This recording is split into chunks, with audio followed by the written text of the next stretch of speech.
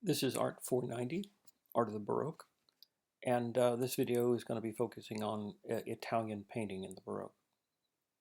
It'll be one of two uh, videos that I have, and they're going to be on two different currents that occurred during Italian painting in the Baroque period. These two currents are illustrated in this one chapel. It's called the Carracci Chapel in a church called Santa Maria del Popolo in Rome. Well, we're looking at three paintings in a chapel that is lavishly decorated with marble and things, similar to what we saw the last time with Bernini and his um, uh, Saint Teresa in Ecstasy, though that was done decades later from this. And when you think in terms of the degree of lavishness of decoration, uh, as the Baroque moves on, decoration gets more and more lavish and more complex and more expensive looking here in the early part, early in the 1600s. Not quite so much, but you still have very loud marbles. Every surface is containing a pattern. There's different kind of colors of marble over here. All of this acts as a frame for these three paintings. The three paintings are by two different artists. The one in the middle, you can see, is very different from these two on the side. This is by Annibale Carracci, and these two are by Caravaggio. Uh, Carracci represents one of the currents of Italian Baroque art, or at least painting, and Caravaggio represents the other one. The other video will be on Caravaggio. But while we're here, let me just characterize the kind of things that you're going to see in Caravaggio paintings, and you can see them in these two representative versions here. The one on the left is the crucifixion of St. Peter. One on the right is the conversion of St. Paul. And this chapel is about Peter and Paul and Mary. And there's Mary here in what's called the Assumption of Mary. We'll focus on that in a minute. But let's look at the different styles that you see here. These two look similar to each other, and they're very dark. And that the backgrounds are very dark, and the figures are illuminated by a kind of a spotlight, a dramatic spotlight that pulls the figures, the forms, out of this darkness.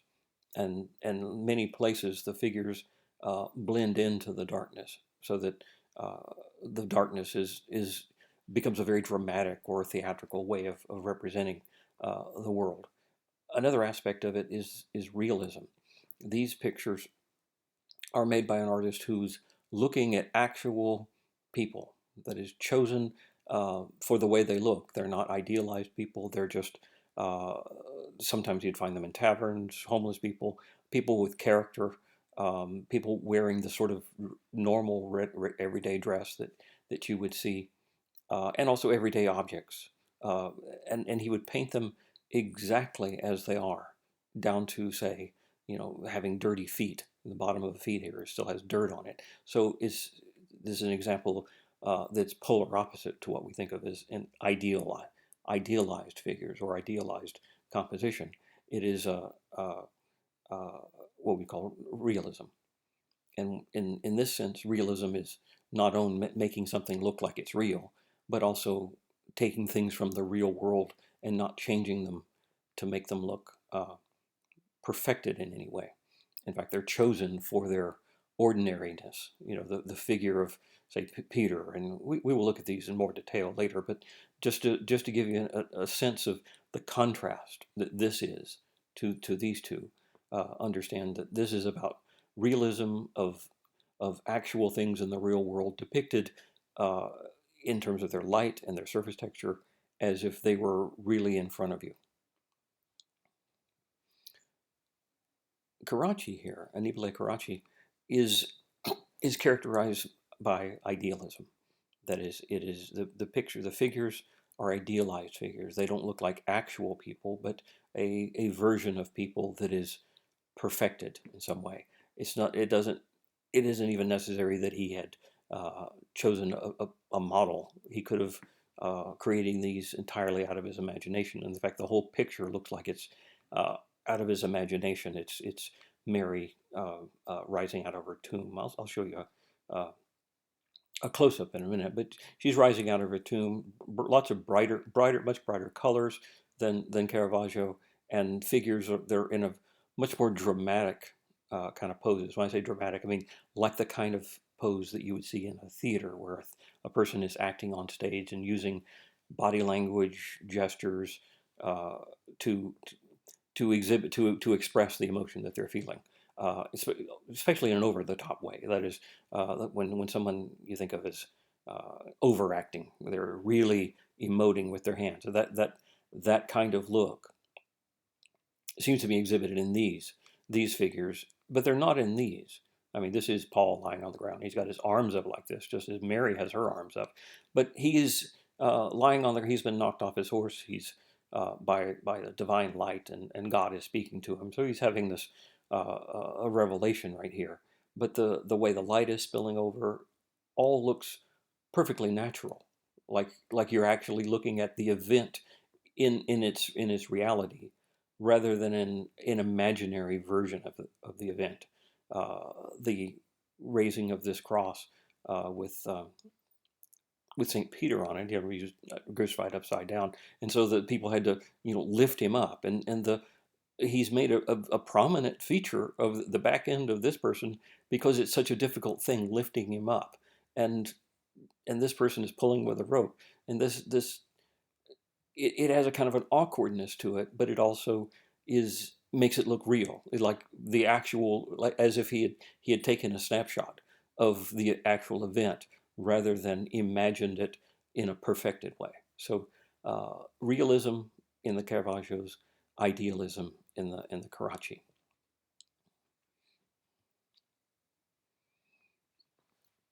Here's a closer up version of it. Where did this come from? It looks familiar.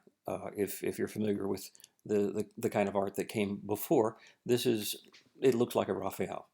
Uh, Much of this current that is represented by Annibale Carracci comes from Raphael and Michelangelo and other high Renaissance artists, and also the later ones, the Mannerist artists like Paolo Veronese and Titian.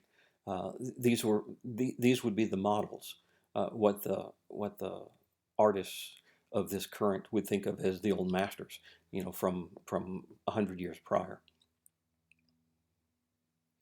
The figures look, zoom in, idealized faces. It doesn't look as though he's taken an actual person and copied their face. He's taking a Greco-Roman idealized face and then adding a kind of a saintly expression, like looking up looking up with a little gleam of light reflected on the eye, as if the eye were kind of wet and it's creating a little gloss, little mouth. This is like a Greco-Roman Venus kind of face. Fills it with little babies here and there, a little putti, bright color, blue and red.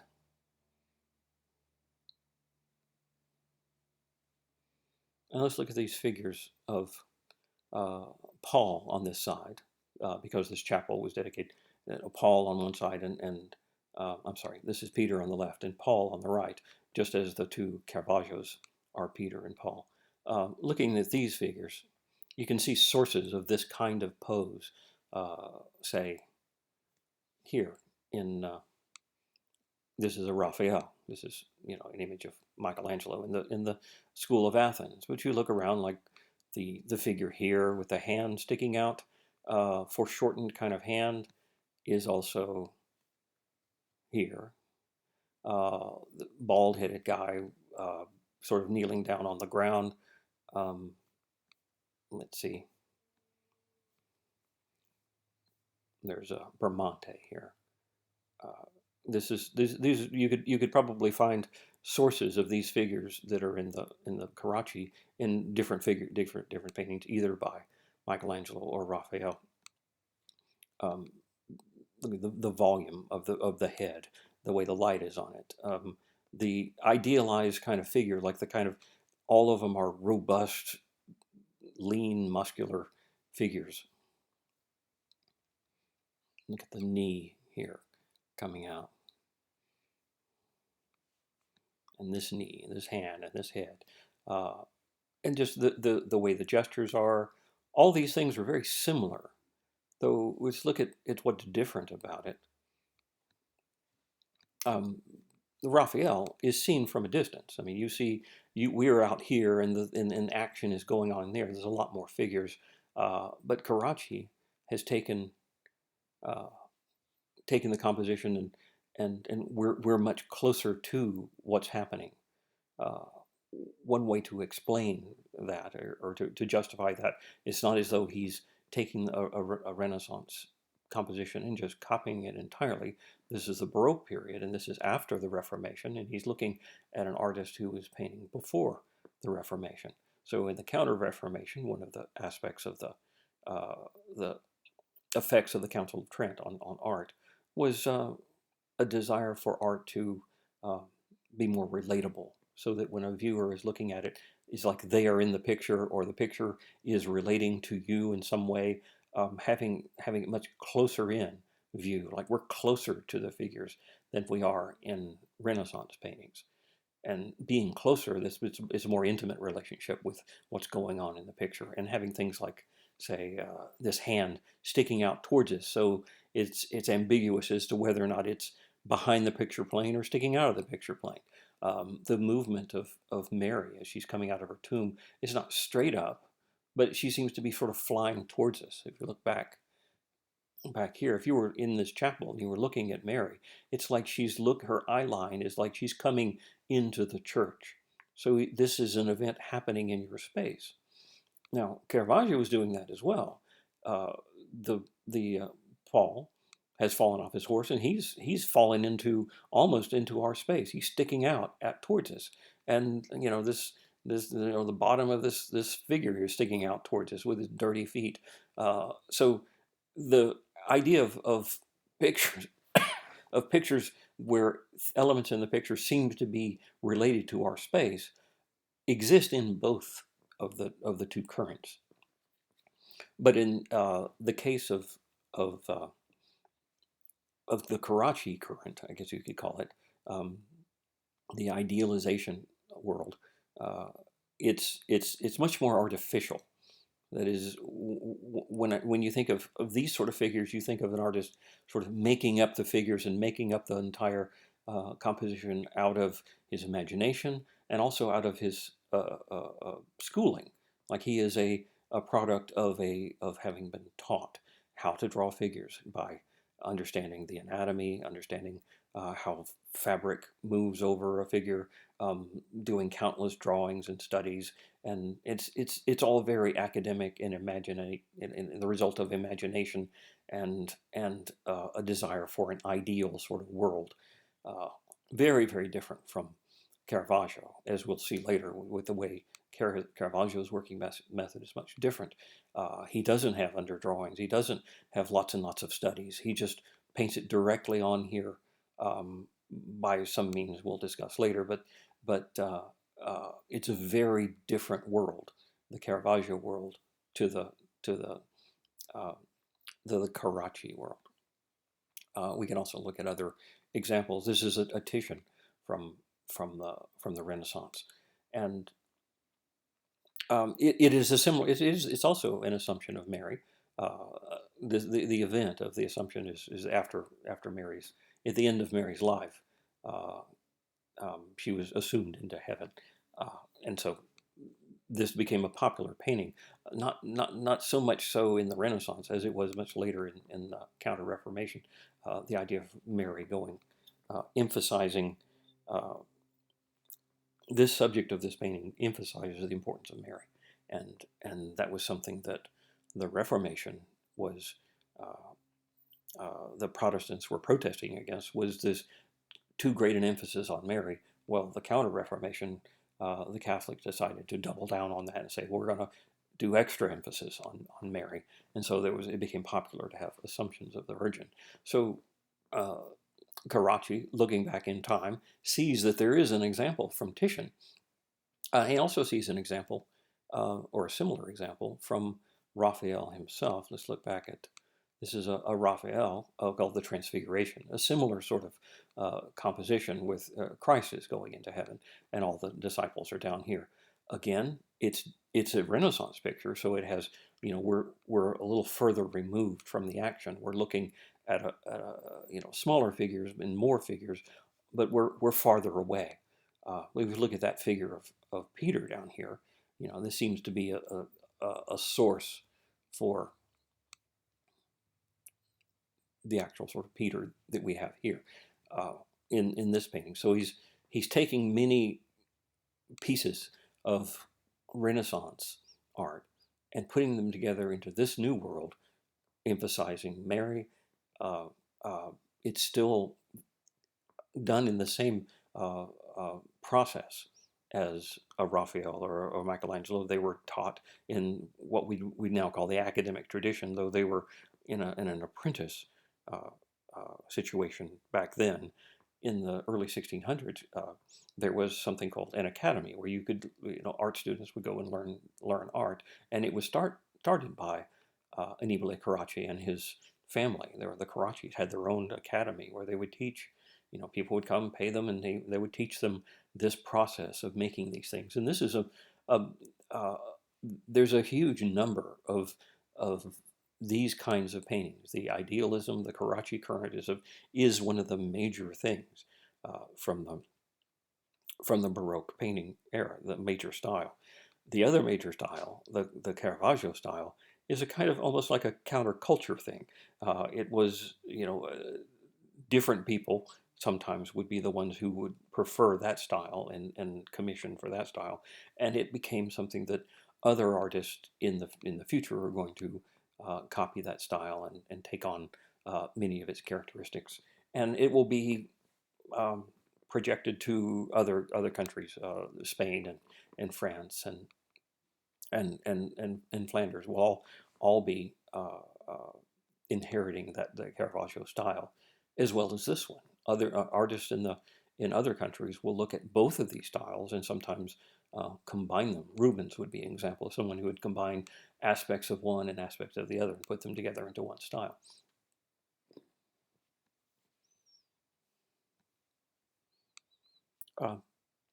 But the thing that Carracci did that was, there was an even bigger aspect of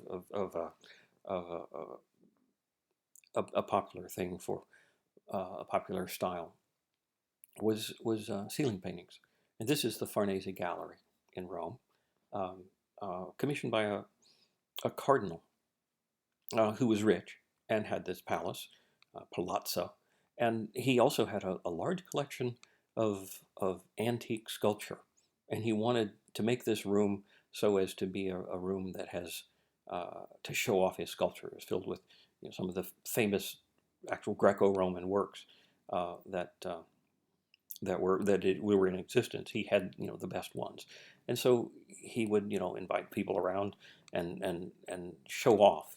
And he wanted to have this room, this gallery, as a showplace.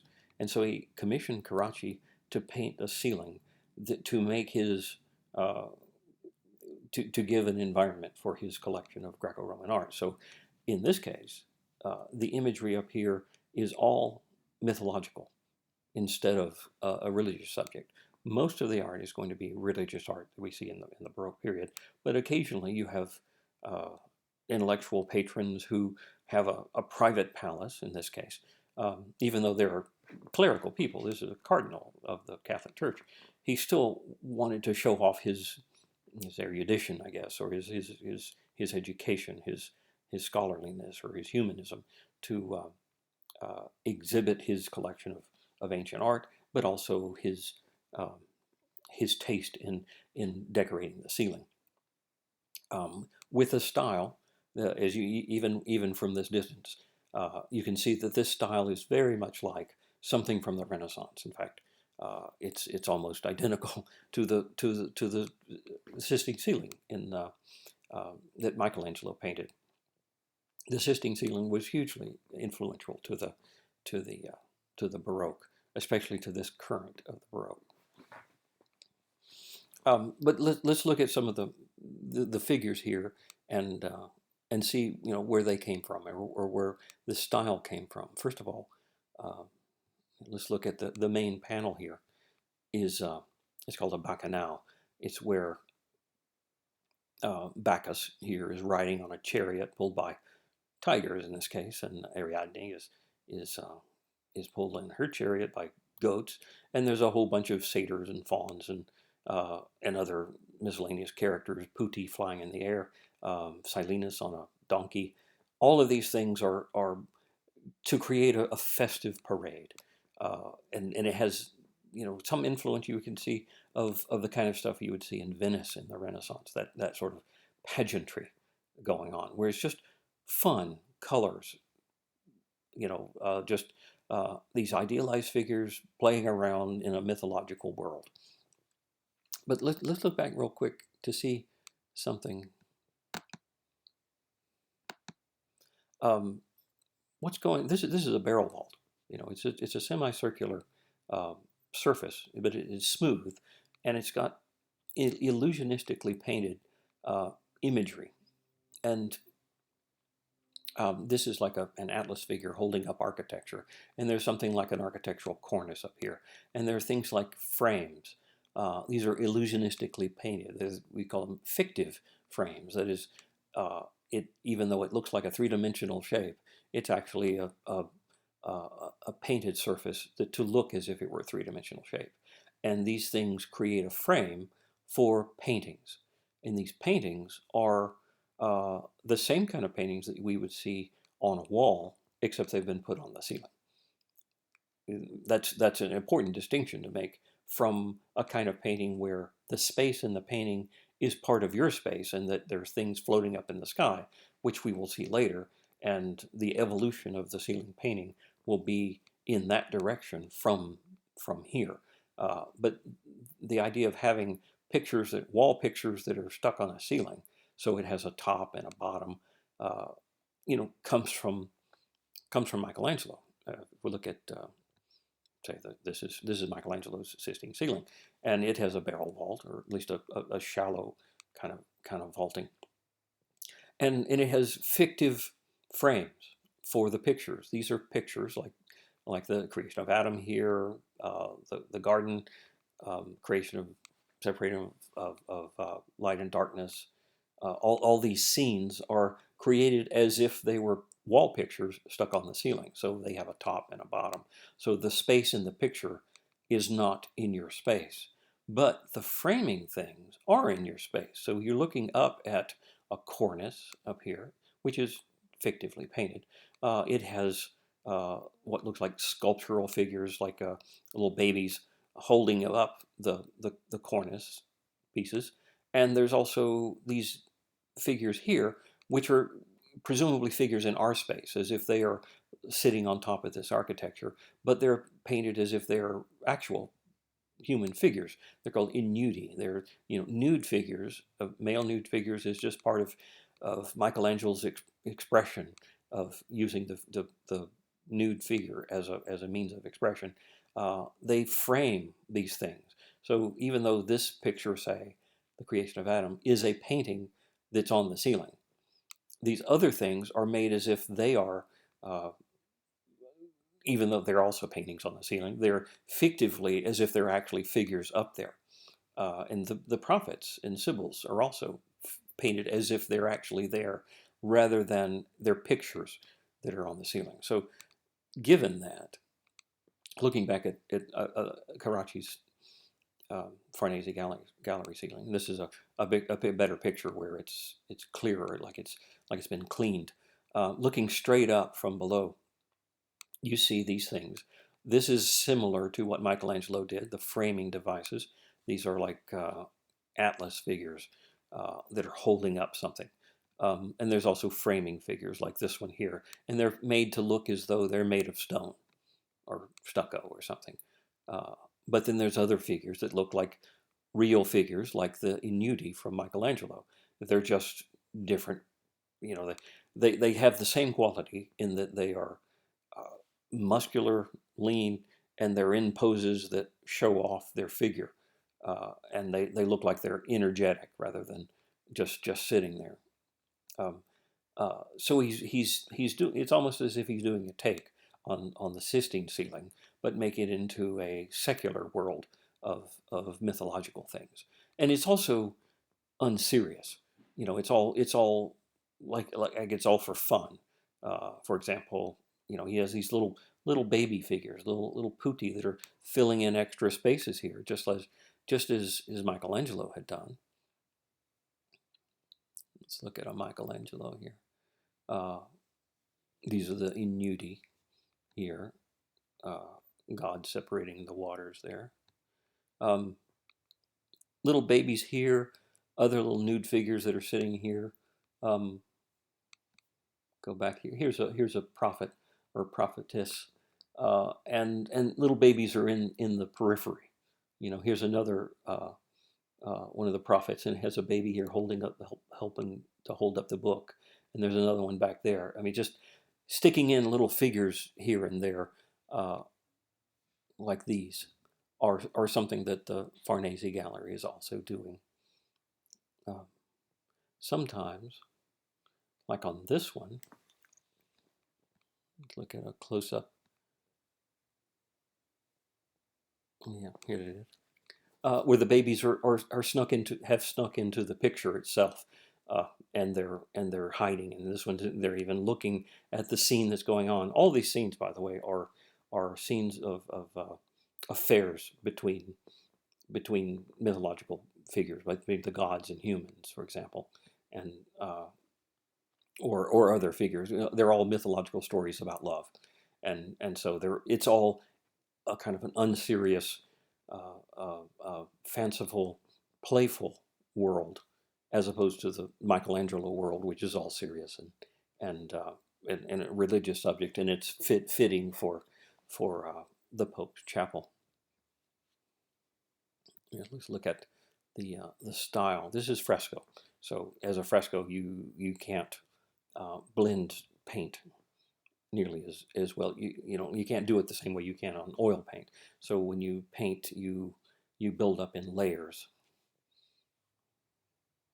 and the brush strokes are usually little straight lines with a fine brush, and they're built up tones one on top of the other with these little lines, almost like engraving. But they could also, like, I believe this little white part is scratched away. So he needed a highlight, and he had to bring back the white of the plaster. He'd scratch it away. These look like scratch marks, and also right there and right there. So he's building up forms using paint, almost like watercolor, and then scratching away. But this is how these figures are made. They're very modeled, very strongly with light and dark, but they're imagined,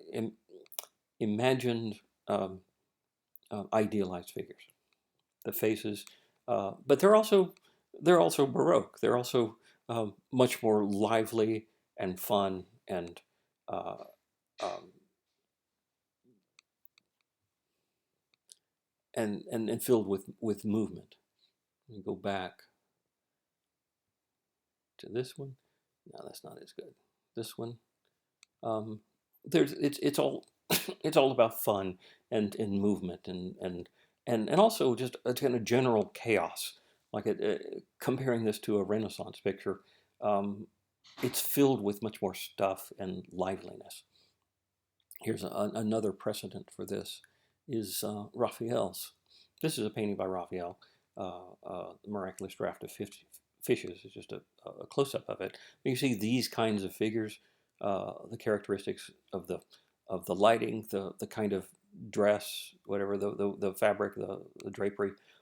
All of these things look like they're models for the kind of figures that you have in the Farnese Gallery. And also, this is the way the process is of drawing figures. You can imagine him, having a model, having the model sit. He says, "Okay, now move your knee up, move the leg out this way," and then you draw the picture, and then he says, "Okay, now turn and do some other pose," and he would draw that, and then put a grid on it, and use that grid to copy it up onto the ceiling, where he would put the figures. And so there's another version of it. Those are those ignudi down here. So this kind of painting is going to be very influential to Baroque ceiling paintings. Another copy of that. This is probably before the cleaning, but you can see even more the chaos and liveliness of the thing.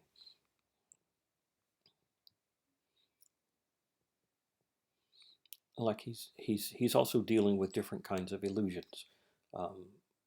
This section here is a painting on the wall.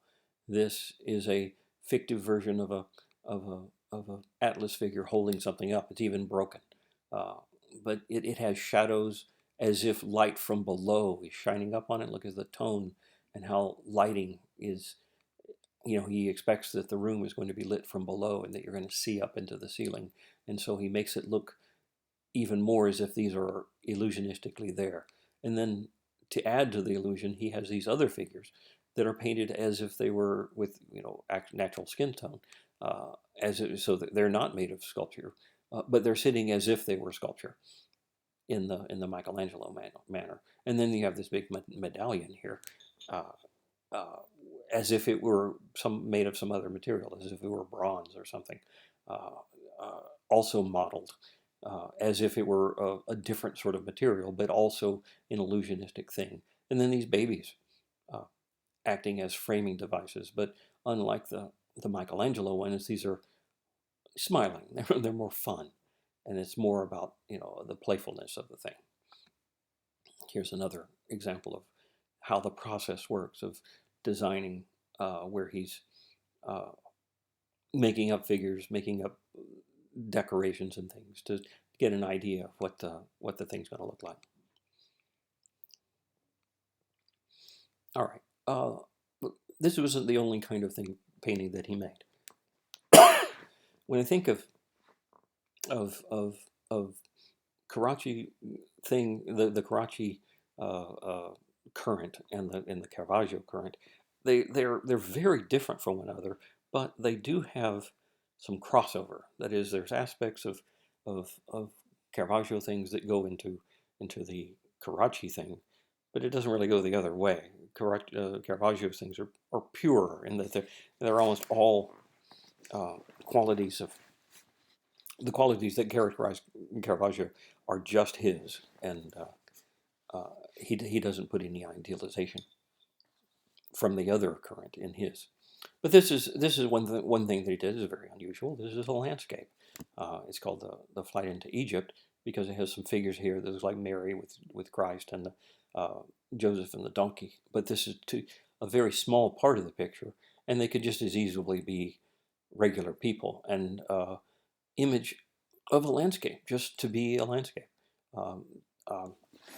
This was an unusual thing, and very, very early. I think it's even before 1600, and it's one of the early examples of an Italian landscape. In the other countries, in Holland, say, in the Baroque later, and in other countries, it becomes a very popular genre, especially in Protestant countries, I could say, a genre of paintings for landscapes. But even in Italy, in these early days, they're still doing this. This is Carracci. It's not clear whether or not he actually went into a landscape and made drawings and things to get this image, because it does look kind of fanciful and made up. It could easily be all made up by somebody who's just familiar with what trees and landscape look like. It doesn't have that feel of reality the way, say, Rembrandt drawings of a landscape would look like, or many other artists who actually worked out in the landscapes. But this would be one current. There's something that's different from what you normally think of as Carracci. And also this is called the Bean Eater. This is a Carracci as well. And it shares features of a Caravaggio, but it's even earlier. So even before Caravaggio was doing his real people, that is, taking peasants and making pictures, it looked just like him, like them, and doing tenebrism. Carracci was already doing that in this genre picture of a peasant eating beans. The still life of his bowl of beans and some green onions and bread here and whatever this is. Uh, um, the glass and the picture, all these things to show off that he can paint these things, all these real objects, uh, and having it in a dark background. This kind of looks like something that Caravaggio would do. Yet it's much earlier, and uh, but it wouldn't be mistaken for a Caravaggio. When we get to Caravaggio, we'll see that his have a kind of an optical property where it looks almost photographic, and these are uh, don't have that quality at all. So Caravaggio never really did anything that was mistaking that could be mistaken for a Caravaggio. Here's another along the same lines of, something that looks very natural, almost like realism. Uh, a figure of someone drinking. So you can see he's showing off his ability to see the glass from an odd angle, and that it's glass. You can see through it, and it has glares on it. And this is almost like an exercise in demonstration of realism. Though in general, Carracci's work that we think of as his big work, his big commissions, the things that are much more visible, he didn't do anything like this. I mean, his are all academic and not based on looking at real stuff so much as uh, as this is. So he could do this, and he occasionally did do this in like small works for perhaps for himself or for studying or for commissions. Here's another example: a butcher shop, where he's actually going. Looks like he's gone to a real place and drawn exactly what he sees to show off that he can look at things and depict them as they really are. Uh, but if you compare this kind of thing, his dealing with this to the way Caravaggio does, Caravaggio's is much more optically correct, I guess you could say, or his interest is in showing you exactly the way something looks when you look at it, uh, as opposed to this, like looking at the figure. There's some distortions here. There's things are not quite right. Um, so this wasn't really his forte. Um, there's a self-portrait of him, in case you wanted to know what he looked like. Um, but these are the sort of commissioned pictures, other than that are not ceiling pictures, that he was famous for. And as you can see, this one's called the Choice of Herakles, so it's a mythological story rather than a religious story. But it has similar qualities in terms of the bright colors, the idealized garment, idealized figures, the uh, uh, heroic nude from Michelangelo, this stuff from Raphael, but also the tenebrism of Caravaggio, and also realism, that in the sense of some objects, like little bits of doodads over here, it looks like a violin and some masks, uh, are are treated as though he wants to show them exactly as they look. So he's gone to some trouble to get the lighting and the textures, surface textures right. Caravaggio will do that too, but when you think of the whole picture, it doesn't look real in any kind of sense that we're looking at real people, or that we're looking at the figures here are chosen because there were, he actually had a model that looked like this, or he actually had someone stand in this pose and draw exactly the way this looks. This looks much more made up from the imagination, similar to someone like this. Um, it has the tenebrism of Caravaggio, even to the point where figures are blending in and having a spotlight. I mean, this is very this is like that one aspect. The tenebrism is like Caravaggio. Nothing else is. These look like a theatrical gestures, idealized faces, um, the brighter colors. All of these things are the Carracci current, not the Caravaggio current. Here's another example. Um, this one looks like a painting made of Michelangelo's Pietà, the same pose for Christ, same pose for Mary, and having her hand gesture is also like Michelangelo's Pietà. But he's given more emotion to the face, and he's added a couple of babies here to to to decorate it, I guess you could say. But overall, this thing looks very much idealized. It looked like the same world that Michelangelo's High Renaissance idealization is, compared to what we're going to see later with the current of Caravaggio. Again, Quo Vadis, an example of figures. You can see you could probably find a figure like this in either a Michelangelo or a Raphael or some other uh, uh, Renaissance painter. And the poses, the gestures, all these things have a kind of a Renaissance seen through the eyes of the Baroque academic idealism. This one, it's called The Mystic Marriage of St. Catherine. Looks is like is this the most Caravaggio looking one, in that it has this darkness down here with the figures blending in with the darkness. Okay, that's a Caravaggio thing, but also this. I mean, look at the almost photographic looking texture on this surface here. You know, when he has the light shining on the thing and he wants to show off some sort of gaudy texture or something where he wants to show that he can paint realism, he does that.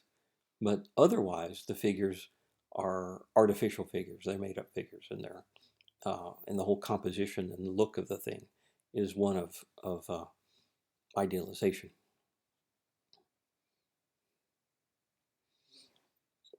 Even when he's doing a dark subject, uh, you have a feeling that he's still working in that world of high Renaissance and idealization, and not in the world of the gritty reality that Caravaggio is going to have. Okay, so going back to ceiling paintings in general, another current of just, or an aspect of ceiling paintings, unlike um, the the unlike the Farnese Gallery, is the addition of wanting to see images up on the ceiling that are uh, uh, illusionistically as if there's something floating above your head, and that you're not seeing the surface of the ceiling. And this came from, of all places, from the Renaissance, even in the 1470s. This is a room called the Gallery, or the Camera degli Sposi in Mantua by Andrea Mantegna. And this is is a room in a palace where the artist has been asked to paint pictures of the family, and there they are on the walls, and he's decorated the walls and the ceiling with all sorts of illusionistic um, um, decorations of different kinds. Things I'm sure that have to do with the history of the family and coats of arms, and also little decorative things. But he's added this one little thing that we may remember from the survey, which is illusionistically as if there's a hole in the ceiling and we're looking up into the sky. And there's putti there, little babies, and there's a peacock, and there's a planter here, and people looking down at us. But this is all seen as if it were, as if what you would see if there actually were a hole in the ceiling and you were looking up into the sky. Everything is seen from below. And that seen from below aspect, we did see in some aspects of the Farnese Gallery, in terms of those little Atlas figures and in nudity and stuff. They look like they're in your space. But the pictures themselves on the ceiling were not. They were wall pictures that had been put on the ceiling. Now, later in the Renaissance, the 1530s or so, Correggio did this, which is in a dome in Cathedral of Parma, where he painted the inside of the dome as if it were looking up into heaven. It's an Assumption of the Virgin, I think, and it's has clouds and lots of figures up there, and they all seem to be in a space continuous with our space, and illusionistically as if they're floating in the sky above us. So this is like what's going to be later used as the seen from below thing, but as and a really early example. We also have this from Paolo Veronese. This is the Doge's Palace in Venice, also in the 1500s. Later in the 1500s, like 1560s, 80s, something around in there, and where he has this kind of ceiling with lots and lots of deep framing cornice-like kind of things with paintings inside. And you can see some of the paintings, like this one, are paintings as if they're wall paintings on the ceiling, where they have a top and a bottom. But this one in the middle here, we're looking at figures seen from below.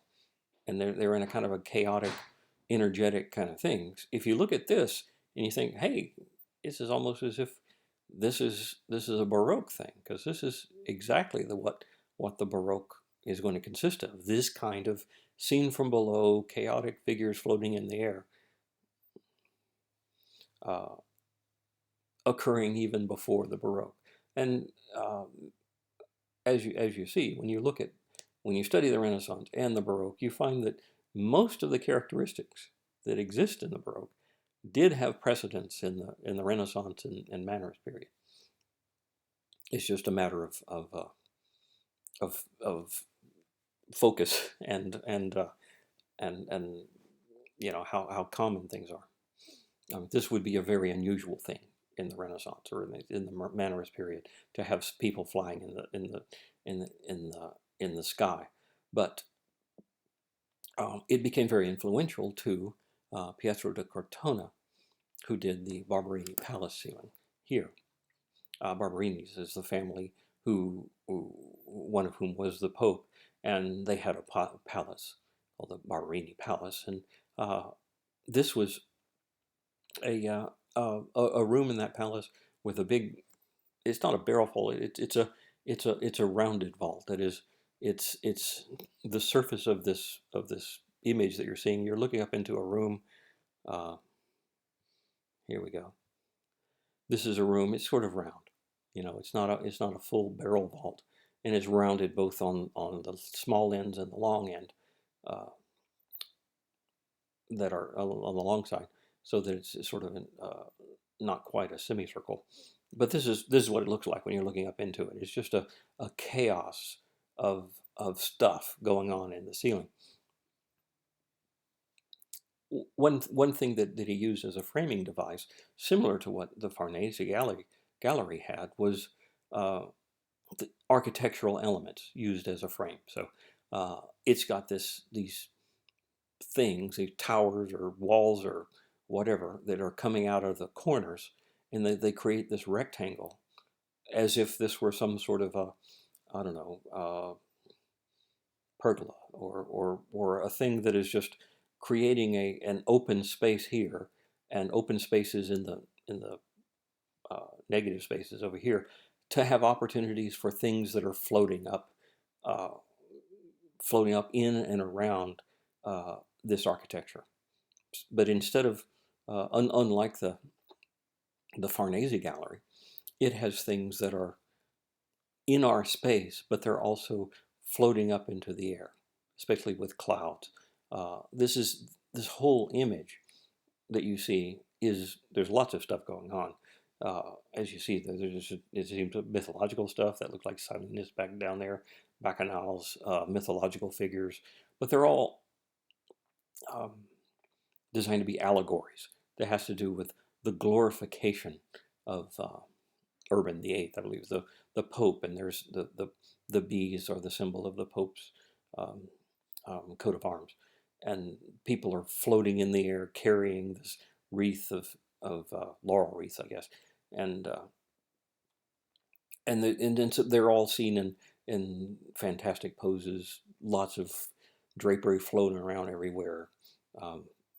The sun in the sky is right behind this figure's head. and radiating light, and there's a crown of stars and lots of stuff. It's just a chaos of movement, and it's difficult even to decipher what's going on. There's illusionistic architecture here, similar to what, like, these kinds of figures are similar to what uh, Carracci did, but it's as if having seen the Farnese Gallery, he wanted to go a step further.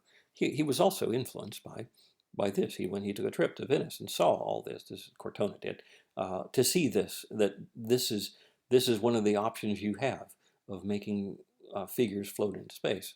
So he's done that, and given the Farnese framing device of architecture, where you can have some illusionistic figures as if they are sculpture, medallions here of other things going on, illusionistic as if they are real things and these are other things that are floating around.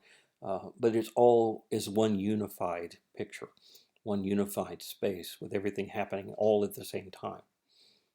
There's another poorly colored version, but clearer version of it, and we can see more of the stuff. There's that crown of stars. There's the big bees. These are the keys of the kingdom of heaven that represent the Pope and the Pope's mitre up there. Much more complex figures as part of the architecture, doing more complex things.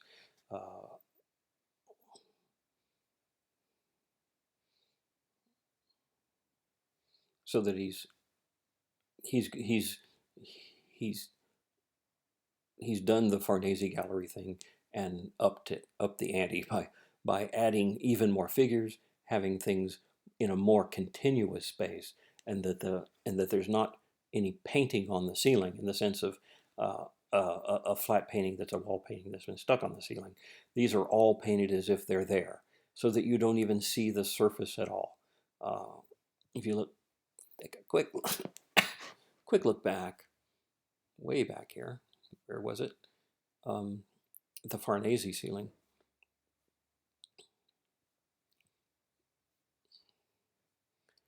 These are pictures on the wall, and they look like they're separate from one another by these frames, so that it becomes more organized. It's much more. If you look at the composition of the whole thing, it's all organized into compact units that are each separate from one another. There's a little bit of spillover from one thing to another, but tiny bit. But it's mostly segregated things, so that you feel like you can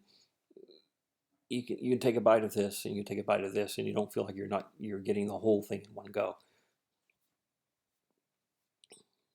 Whereas the Barberini ceiling is just one giant mess. One giant composition which is almost indecipherable in its complexity and stuff. I think if you go there, you have to have a book to look at things and tell you what each thing means. And as an allegory, when you have allegories, everything means something.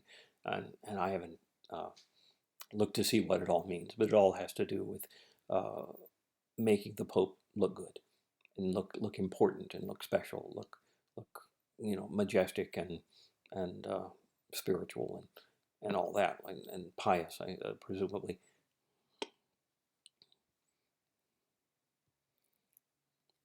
Here's an example of just another version of this thing in a different place, but it's something he did later.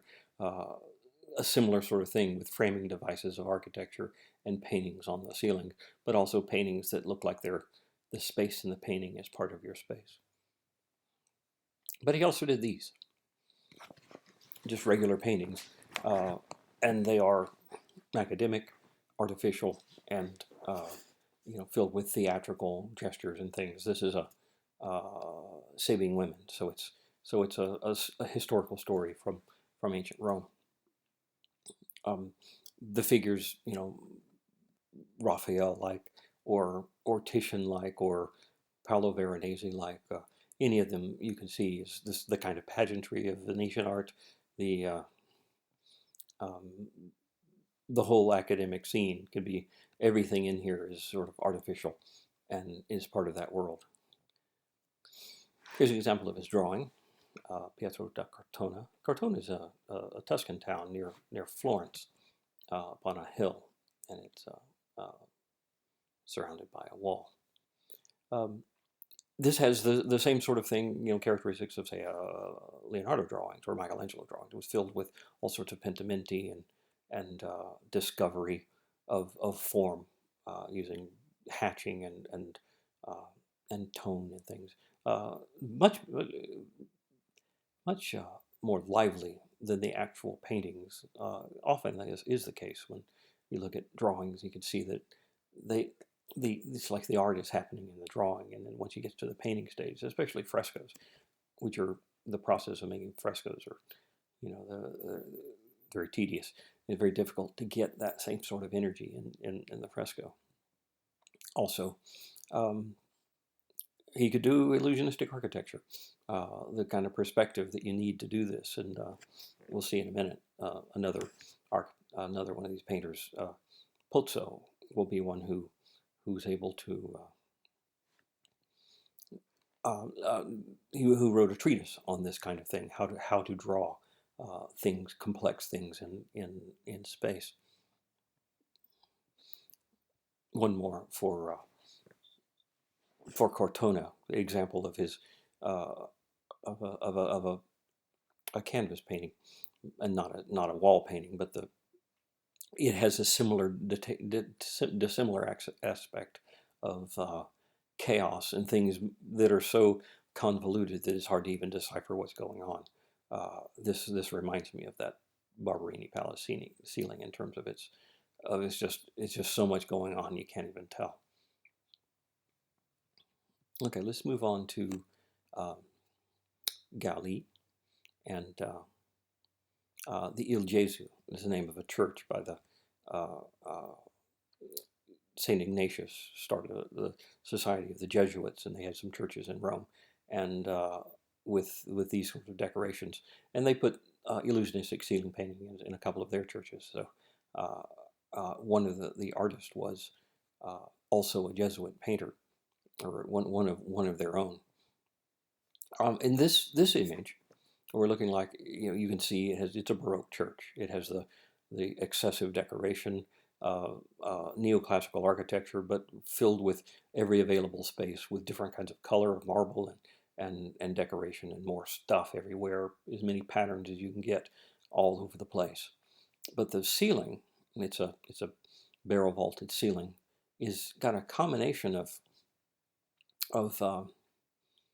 stucco work. Stucco is a kind of like a plaster material that hardens like concrete, and you can make shapes out of it. You can make these little doodads here, those little rosettes and patterns and stuff. And then you can have figures in it.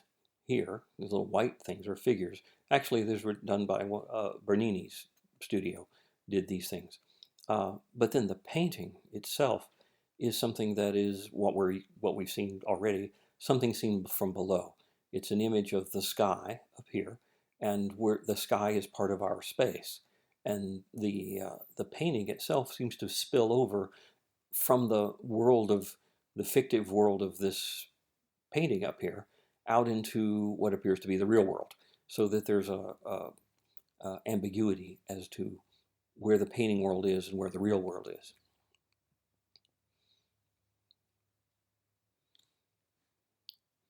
All these little white figures are made of stucco, and all this textured ceiling here that's gold is some sort of stucco material that's been made into this pattern decoration and gilt.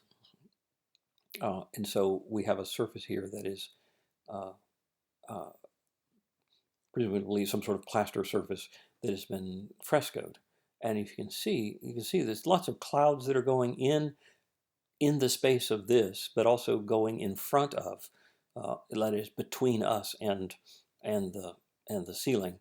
There's some stuff, and that stuff is made as a fresco, and it even is casting a shadow onto the real world. So this shadow is an artificial shadow of something that is not actually in front of it, but gives the illusion that it's in front of it. So when you're looking at it, it's very difficult to see what's real and what isn't, what's three-dimensional and what isn't, so as to give the impression that all of this stuff is happening right here in front of you. This is heaven, and there's God's presence right there, and that all of the angels of heaven and all these figures and saints are all floating in the sky in your space. So it's a a monumental experience to see all this stuff. Another another angle of it. It's just a huge extravaganza of stuff. And I've got a picture here, a high resolution picture, where you can see, like, this is a cloud right here, and there's figures on the cloud, and the cloud seems to be casting a shadow down here. This area is darkened to look as if it's a shadow of this, as this is too, to make it look as though this area is actually hovering in front of it. And the illusion is very strong because it looks like there's light coming from here, casting this shadow. If we look closer at it, we can see that, this stucco, which is real three-dimensional stuff, I guess they have some sort of mold that creates this. It just has a surface of plaster, and it's been painted, textured. And the places where the plaster of the painting interact with the actual three-dimensional stuff, it looks so strange that it would, this is flat and this is 3D. It doesn't seem to make real sense. I mean, it's kind of hard. You can see how from the floor this would be like, this is a three-dimensional object here. This is a sculpture, and it looks like it's almost behind this elbow and behind these hands, though this is a three-dimensional sculpted figure. So this is a very strong illusionism, and the purpose of the illusionism is to make you feel as though what's happening in the picture is actually happening in your space. It's very hard to do. I mean, when you think of the invention of perspective in the early 1400s, their idea was to use it as a compositional device, something to help organize the picture, to make it look as though everything is seen from the same point of view.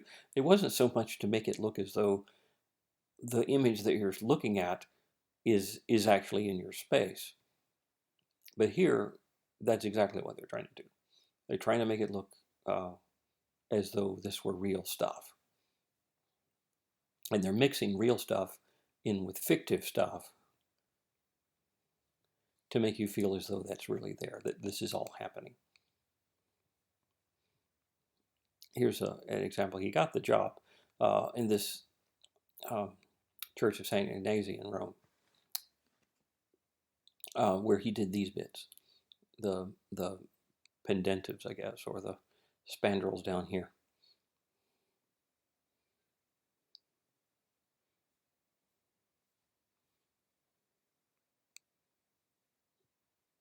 In the Church of the Il Gesù that we're looking at, he did all of the stuff, and as you look, it's just, you feel overwhelmed with, there's so much stuff, so much decoration. Every surface is decorated with either a three-dimensional thing, a stucco with architectural decorations, or with painted figurative things, and they blend together in such a way masterfully, as though we don't know what's what. We don't know what's real and what isn't, or what's painted and what isn't. So we're just, left in awe of the thing.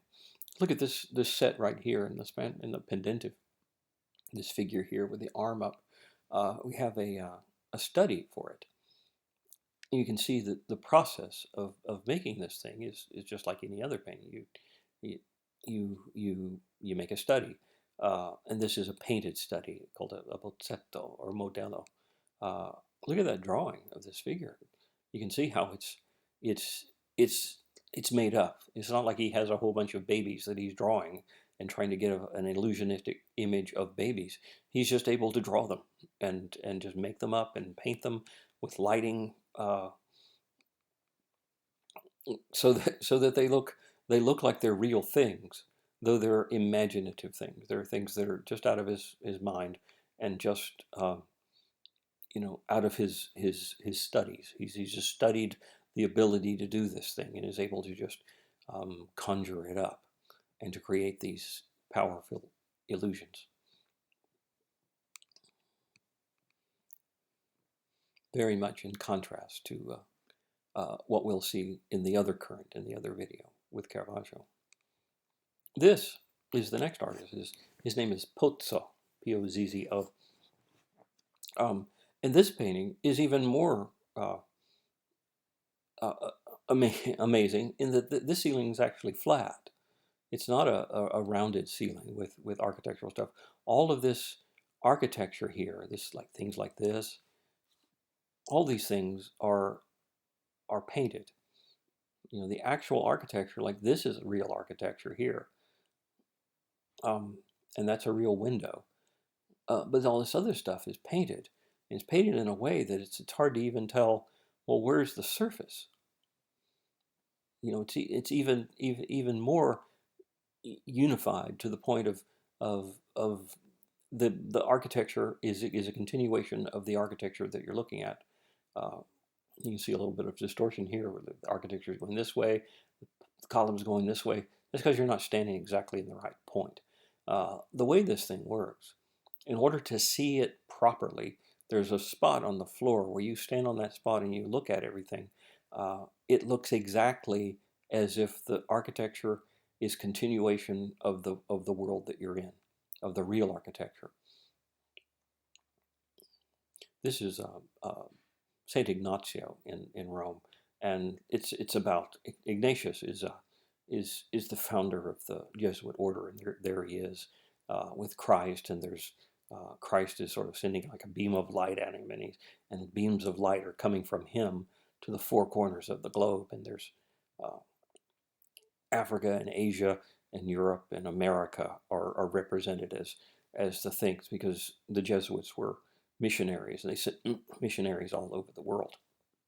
So that's what's going on in this colorful extravaganza of figures floating in space in all different levels of distances from you, but it feels as though they're all part of your space, and the illusion is so strong that you don't know where the painting stops and the architecture, real architecture, begins.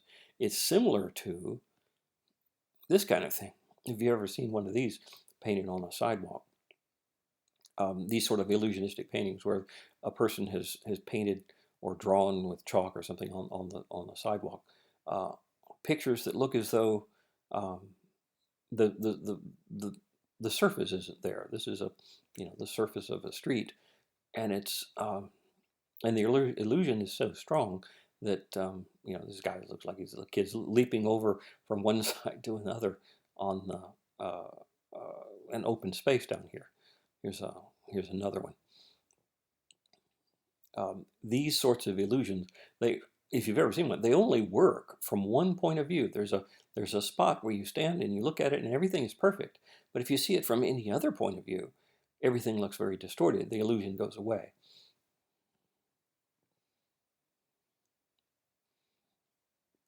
And the way you do this is that you have to have a spot where you stand in the church where everything works. Otherwise, the illusion doesn't work. And they mark it with marble on the surface, and it tells you, stand here and look. This is in the same church, Saint Ignacio, that we were just looking at.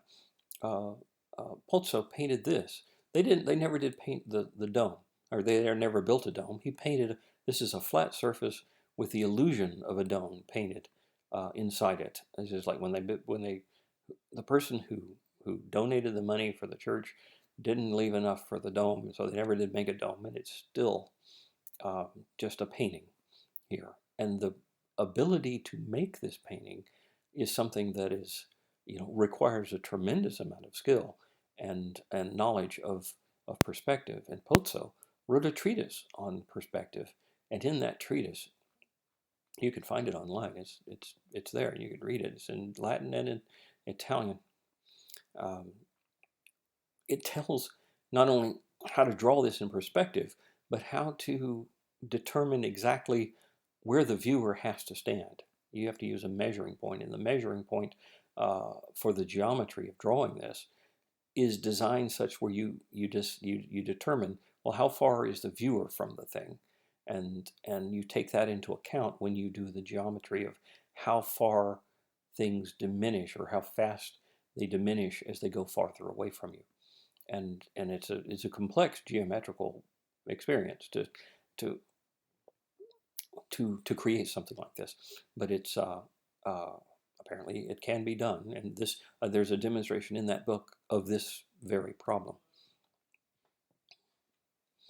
Here's what it looks like if you stand in the spot and look straight up at the painting on the ceiling. This is the nave of a church, and it's a flat nave. It's not bowed, or it's not a barrel vault, or even a shallow barrel vault. It's a flat painting, and it's got architecture. And there's, you can see a little bit here. This is a real window, and exactly how that window relates to the ceiling, I'm not sure. It's because I can't see it. It's not even. It's not difficult. It's not. It's not possible to to even figure out just exactly how this works.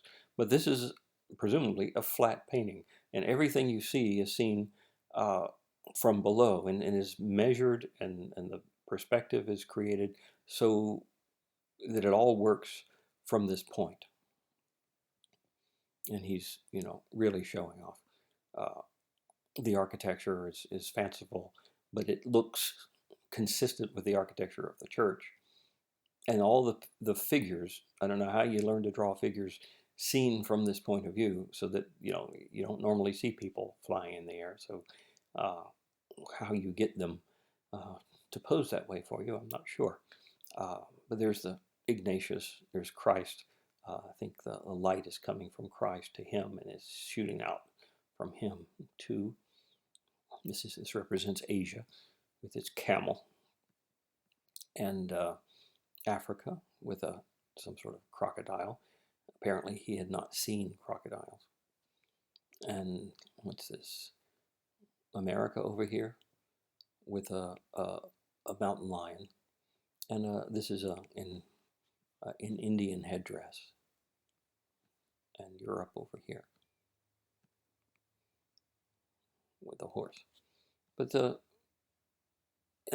when you think back to the early days of fresco, like say Giotto's fresco, or even Masaccio's fresco, where you could see the joins in the plaster of the different days' work, all of that is gone. It all looks like one unified painting. It was all done at the same time with bright colors, prettiness, just is so lavishly decorated and colored, and splendiferous, I guess you'd call it.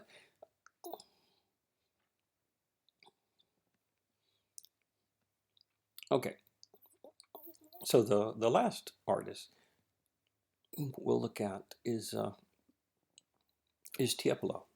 He's much later. He was born right at the end of the 1600s, and his working career was into the 700 and in 1700s with in the era called the Rococo. So after the Baroque, there is the Rococo, which is a bit lighter area, not as heavy and ponderous as the Baroque.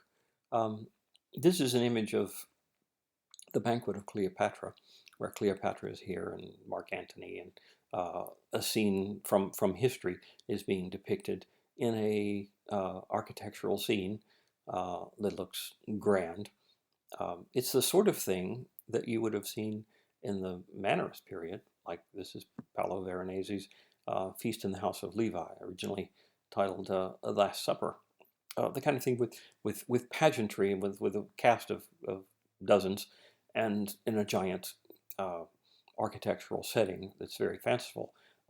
This has this sort of Renaissance look to it in terms of its composition, the three-part thing to frame everything. But the chaos of figures moving around are all very mannerist. Tiepolo, his take on it is, first of all, is to bring the viewer closer. You know, this is kind of like a supper feast, people at a table with a bunch of people around it in an architectural setting. So it's a good comparison. It even has a dwarf in it. I think there's a dwarf here. You know, so there's that as well. But the style is different. It looks much brighter for one thing, and less airier. Like you can see the atmosphere. Its atmosphere is present in it more so than this. The figures, the painting style, if you look up close to it, it's much sketchier. Like you can see the brushstrokes. You know, it's not as polished, not as academic, and it's even like it's got black lines. See the little black lines there? As if he drew it with black lines and filled it in with color, almost like a cartoon. Something that, you know, Botticelli did, but with much more of a painterly look. It's almost sketchy. You know, look at that, the tone here. Like this figure is wearing a tunic with its gold color, and it has this little puffy sleeve, and the puffy sleeve is indicated by this little black shape here, indicating how it's puffy, and then it has a dark side and a light side, but it's not blended as if it were a continuous tone, but it was as if it were, you know, a spot color. Similar everywhere else. I mean, he's using a simplified tonality and a sort of sketchiness to it, making it look a lot more lively. You even see the construction marks through things.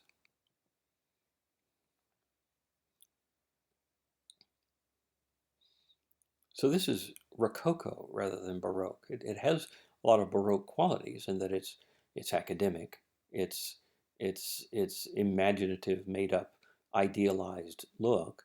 It has lots of realism of particular things. That is, cloth and stuff, objects are depicted realistically. The lighting is realistic. The you know, it's all studied and learned in an academic setting. You know, the perspective. Look at that perspective. This is so foreshortened. This floor, to get it to diminish that quickly. Look at this shell over here. You know, it looks really realistic until you get it close up, and then you see how sketchy it is. And this isn't a fresco. This is a canvas picture.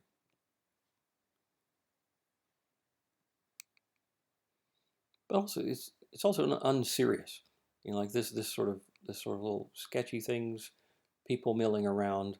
It's not made to have that sort of ponderous. Uh, it's like it's theatrical just as much as the other things are theatrical, but within theater, there's different kinds of shows that you might see, and some of them might be dark and brooding, and others might be, you know, lively and festive, which is what this is. This is it has a very Venetian light to it. This is Tiepolo's Venetian. He also did Madonnas, here's an example of his, again with the sketchiness and linear quality of things.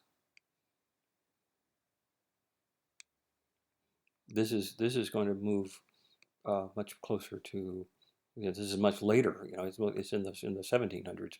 You know, we're getting closer to you know, the 19th century, and it's um, um, you know, Impressionism and all those other things. They're going to be impressed with this kind of technique. But the reason I have him in the same series is because he's also a ceiling painter, and he did lots of ceilings like this, like the Pozzo did. you know, with figures flying around in the ceiling in your space. Only his are much lighter and airier. I guess that's the best way to put it. It doesn't seem to have as much import. It's almost as if it's all just is part of decoration and to make you, you know, just to show splendor without a lot of import. Here's another example. And another example. Lighter, airier, but he still has the illusionism, like just as the Gaullis and the Il Gesù, the stucco figures here combined with illusionistic painting, so that they blend together. He also did this, which is Madonna as the Queen of Heaven, and this kind of thing I'll be showing you again later when we see the Spanish painters. Murillo will be someone who paints this sort of scene. I can contrast this style with the Spanish style. And one last image is of his drawings. His drawings are amazing in their looseness and spontaneity and gesture quality. That's just you know, amazing to see. Okay, so this is the Carracci current of Baroque Italian painting, and we have several artists here, but they all, you know, evolved from that Carracci style, and that Carracci style evolved from the Renaissance, especially Raphael and Michelangelo, and the Mannerist Venetian Mannerist painters, Titian and Veronese. And the next one will be on Carracci.